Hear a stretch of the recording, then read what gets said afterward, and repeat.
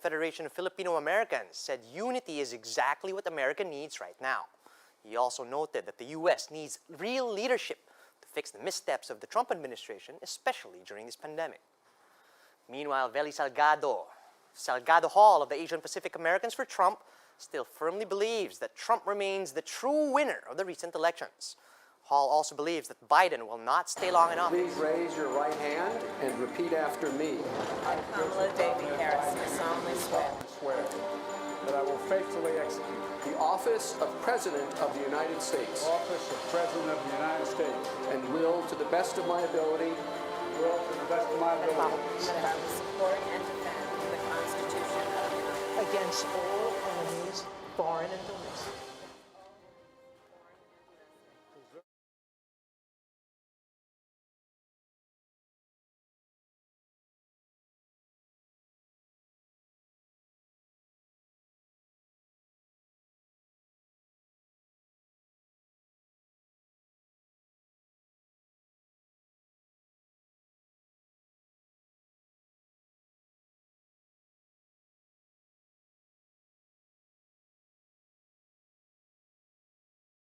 please raise your right hand and repeat after me. I, Kamala David Harris, solemnly swear that I will faithfully execute the office of President of the United States. the office of President of the United States And will, to the best of my ability, that I will support and defend the Constitution of the United States Against all enemies, foreign and domestic.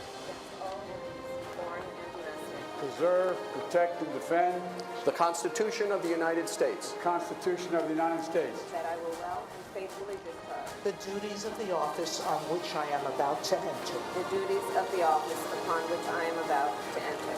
So help me God. Congratulations, Mr. President.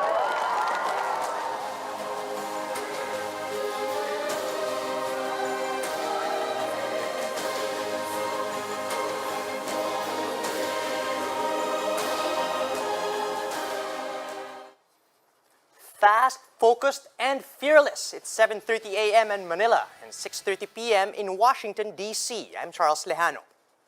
It's official. After a long and dramatic transition, Joe Biden is now the 46th President of the United States.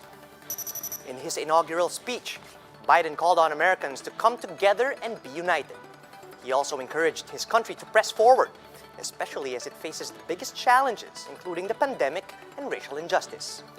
Biden also declared that with his win, democracy has prevailed. we've learned again that democracy is precious. Democracy is fragile.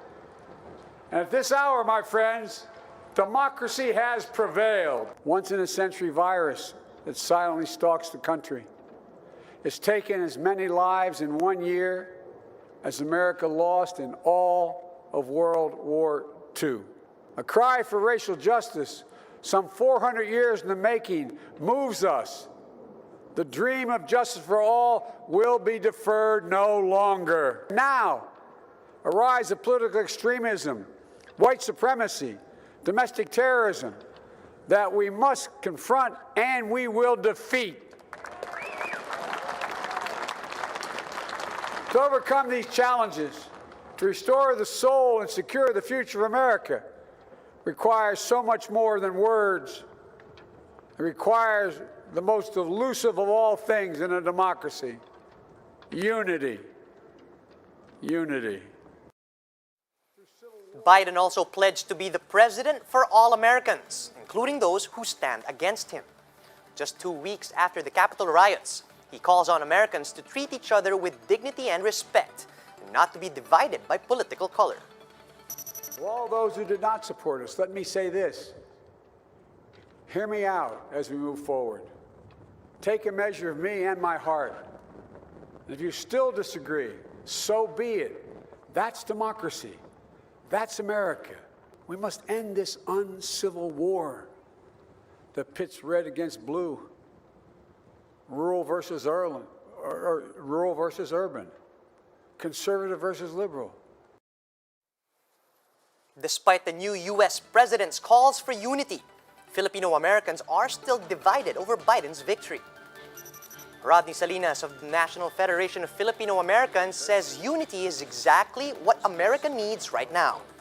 He also noted that the U.S. needs real leadership to fix the missteps of the Trump administration, especially during the pandemic. We need more than real leadership, and I'm glad that today, on January 20th, we can finally call him President Biden. Meanwhile, Veli Salgado Hall of the Asian Pacific Americans for Trump still firmly believes that Trump remains the true winner of the recent elections. Hall also believes that Biden will not stay long in office. She said Biden is only causing a wider division between Republicans and Democrats if he does not put a stop to the impending Senate trial. That is not we call unity. That calls more division and more anger for people who are already angry. On the other hand, US-based journalist Ricky Rillera claims that Joe Biden's initial policies could benefit Filipinos living in America. Speaking with One News' The Chiefs, Rillera said among Biden's first orders would be to vaccinate 100 million Americans in 100 days. That's on top of easing visa requirements for all immigrants into the US. Which is welcomed by about 100,000 of the Filipinos na medyo TNT, no? Yung Yes. immigration na meron ng pathway to citizenship, no? Oh, okay, that's good. Yes. That's also a turnaround, no? From Yes. Trump's policy. Yeah. Yeah. And then thirdly nga, part of that would be yung mga, siguro i-relax na yung H-1B visa. Working visa.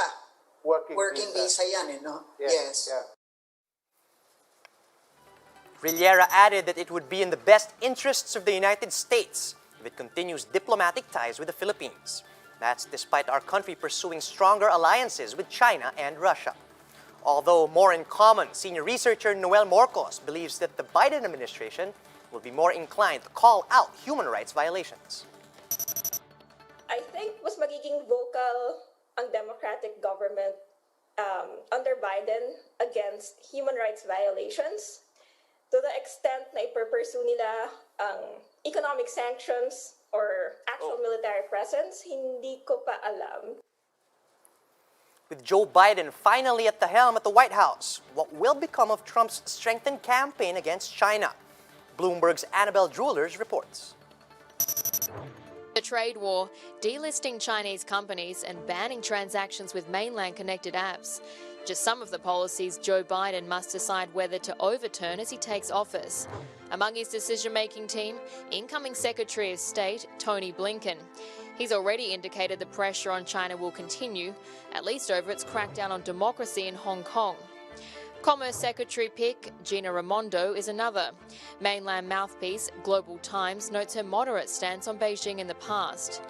And there's Trade Rep nominee Catherine Tai, a fluent Mandarin speaker who wants to confront China over its trade practices.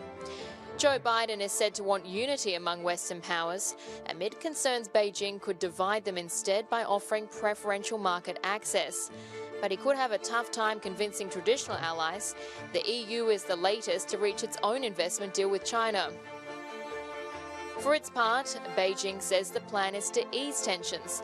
Foreign Minister Wang Yi is calling for dialogue to restart, and high-ranking diplomat Yong Jie-che will reportedly be sent to Washington to explore areas for cooperation. If US restrictions are not repealed, though, Beijing is ready. New rules mean the government can prohibit the application of foreign laws to its companies, including those issued by the United States.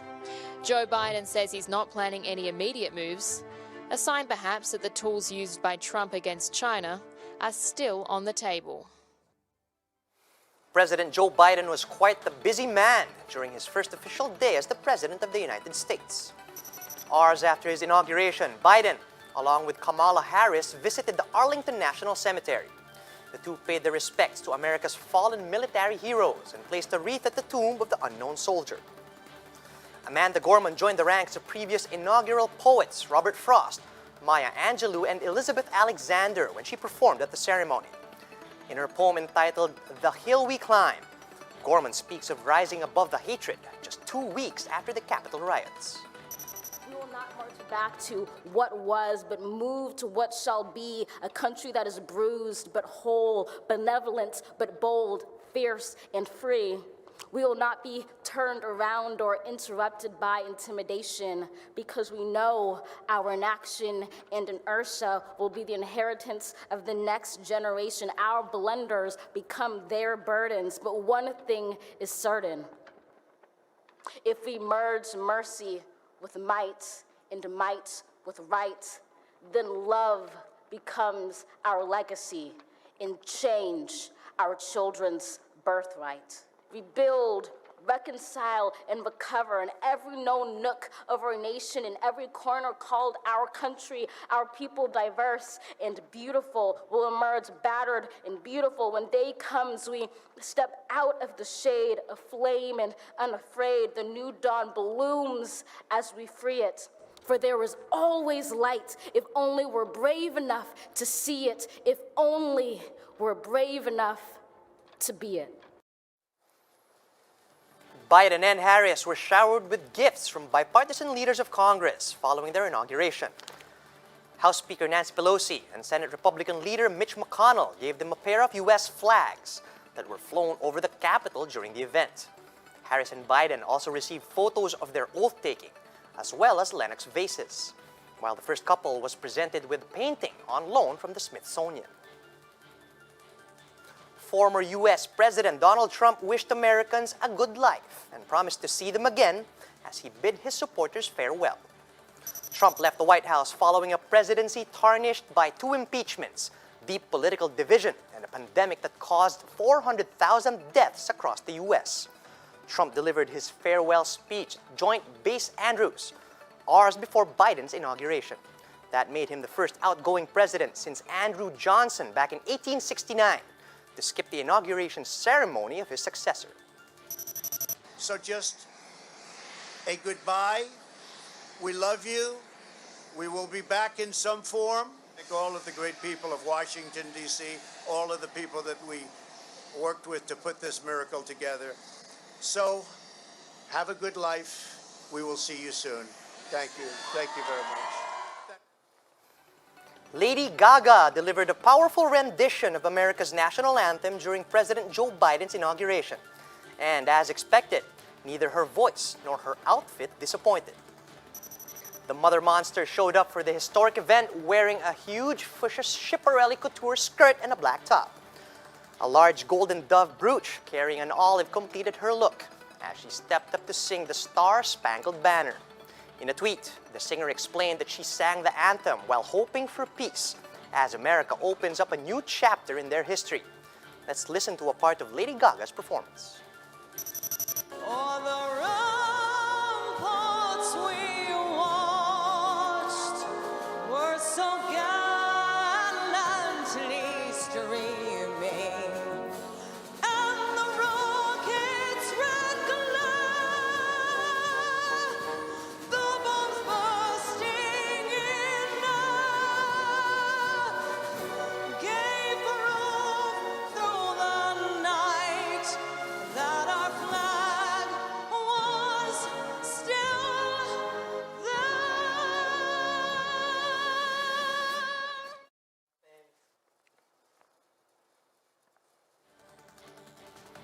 And that's how the day is shaping up to be. Join us later at 10 a.m. as we monitor the day's biggest stories from sunrise to sundown. You can also catch One News on the Signal Play app. Register for a free account now at www.signalplay.com and stream One News live anytime and anywhere. I'm Charles Lejano. We are One News.